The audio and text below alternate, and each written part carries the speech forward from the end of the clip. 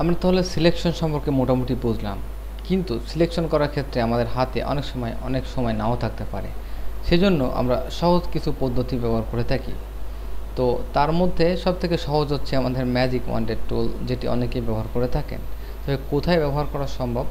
যখন কোনো একটি অংশে একটি কালার থাকবে, তো সেই সময় আপনি ব্যবহার করতে পারেন, তবে সব ক্ষেত্রে নয়। আমরা অনেক সময় অনেক ফল অথবা কোনো একটি অবজেক্টের চারপাশে হয়তো এক রং দেখতে পারি, অথবা অন্য কোনো লগোর ক্ষেত্রে এরকম হতে পারে।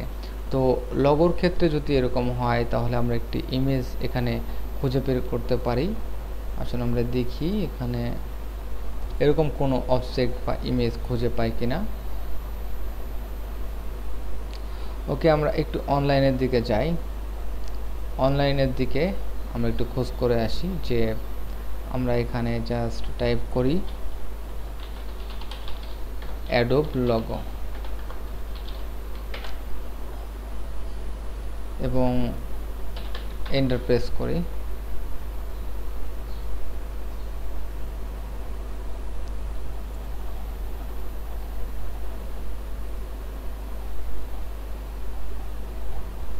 এখান থেকে আপনি একটি অ্যাডোবের লগো ডাউনলোড করতে পারেন।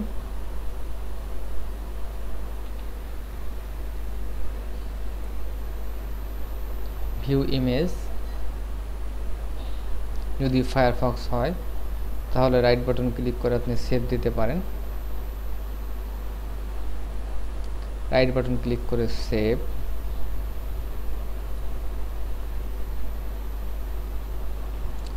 এবং আমরা আমাদের সিসি ফোল্ডারে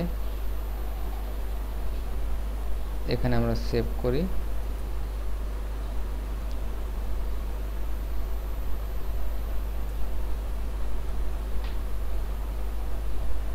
এখানে আমরা দেখতে পাচ্ছি যে আমাদের সিসি ফোল্ডারে অ্যাডোবের লগোটি চলে এসেছে।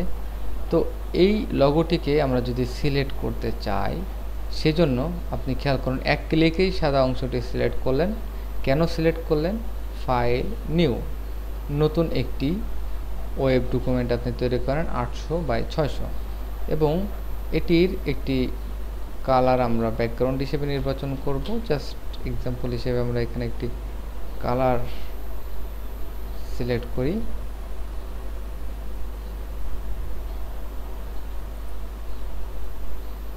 ওকে, আমরা এখান থেকে এটিকে ব্যবহার করি ডার্ক টাইপের কালার।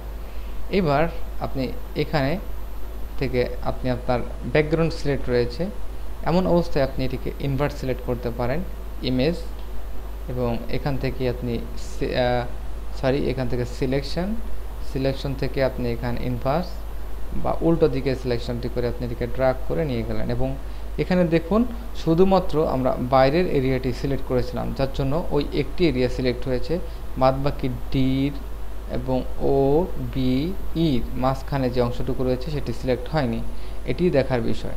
ওকে, আমরা যখন ম্যাজিক ওয়ান্ডেড ব্যবহার করব, তখন মনে রাখতে হবে আমাদের আরও বেশি অপশন এখানে অ্যাপ্লাই করা যায় কিনা। Control D for D select. মনে রাখবেন, যখন আপনি সিলেক্ট করবেন, হয় আপনি অন্য একটি এরিয়ায় সিলেক্ট করবেন, তখন দেখবেন যে একটি সিলেকশন থেকে আরেকটি সিলেকশনে চলে যাবে। তো এমত অবস্থায় আপনি কি করতে পারেন, যে একটি সিলেকশন থাকা অবস্থায় শিফট চেপে আরেকটি সিলেকশন, এভাবে আপনি ইন্ডিভিজুয়ালি প্রত্যেকটি সিলেকশন করে নিতে পারেন। পরবর্তীতে কি করতে পারেন, যে এটিকে ড্র্যাগ করে যখন আনবেন, তখন আর ওই ধরনের সমস্যা আপনার থাকবে না। আর যদি চান যে একবারে আমি হোয়াইট এরিয়া সিলেক্ট করব, তখন বাইরের এরিয়া সিলেক্ট থাকলে এটিকে ইনভার্স করতে হবে। যেমন সিলেক্ট, এখান থেকে ইনভার্স করলে আপনার এখানে আপনার মাঝখানের যে অংশটুকু সেটি সিলেক্ট হবে, কারণ আমাদের হোয়াইট স্পেসের উল্টা পাশে হচ্ছে মাঝখান। ইনভার্স করলে মনে রাখবেন উল্টা দিকে সিলেকশন হবে। এবং কন্ট্রোল, এখানে আপনি আপনার শর্টকাটে দেখতে পারেন যে ইনভার্স সমান কন্ট্রোল শিফট আই সমান ইনভার্স। তো আপনি এখানে যখন সিলেক্ট করছেন তখন যখন আপনি দেখবেন যে এখানে আপনার selection inverse control shift I, এবং এখানে আপনি একটি কেচির আইকন দেখতে পাচ্ছেন, যেটি কাট টাইপের অনেক কমান্ডে এই ধরনের কেচি আইকন দেখা যায়। আপনি এটিকে ড্র্যাগ করলে আপনি এখানে দেখতে পাচ্ছেন যে আমাদের এ ডির মাঝখানে যে ছোট ছোট অংশগুলো, এগুলো সিলেক্ট হয়নি।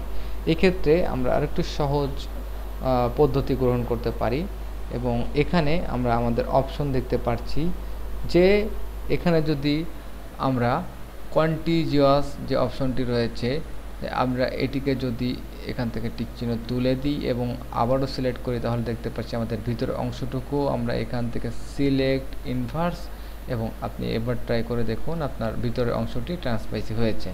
তো মনে রাখবেন যখন আপনার এরকম রিলেটেড কালার থাকবে তখন কন্টিজিউয়াস অপশনটি আপনি তুলে দিবেন, আর যখন দেখবেন যে একটি এরিয়া শুধু বাইরে রয়েছে এই এরিয়াটুকু সিলেক্ট করা দরকার তখন ভিতরের এরিয়া সিলেক্ট করার দরকার নেই, তখন আপনি এই টিক চিহ্নটি দিয়ে রাখবেন। তো এমনও হতে পারে যে আপনি যখন এখানে সিলেক্ট করছেন সেম এই কালারগুলো কিন্তু সিলেক্ট হচ্ছে না, তো শিফট চেপে আপনি এভাবে সিলেক্ট করবেন। এখন মনে করুন যে আপনি হয়তো এখানে সব কিছু সিলেক্ট করেছেন, এটি আপনার দরকার নেই, আপনি অল্টার চেপে এই সিলেক্টকে ডিসিলেক্ট করতে পারেন এবং ডিসিলেক্ট করার পর মুভ করে আপনি আপনার ইচ্ছা মতো পরিবেশন করতে পারেন। তবে যতই সিলেক্ট করুন এখানে কিছু সমস্যা থেকেই যায়। এই ক্ষেত্রে আপনি সমস্যার কিভাবে সমাধান করতে পারেন সেটি হচ্ছে আমাদের মার্কিং টুল।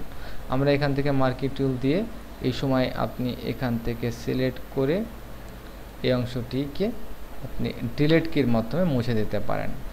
এবং আরও কিছু সমস্যা হয়তো দেখতে পাবেন যখন সিলেকশন করবেন তখন এজের কাছাকাছি কিছু হোয়াইট এরিয়া আসবে, এগুলোকে বিভিন্ন কৌশলে আমরা সমাধান করতে পারি। তবে এই ক্ষেত্রে আমি মনে করি আমরা এখান থেকে নর্মাল থেকে মাল্টিপ্লাই কালার যখন দিব তখন দেখুন অনেক সুন্দরভাবে এটি রিমুভ হয়ে গেছে।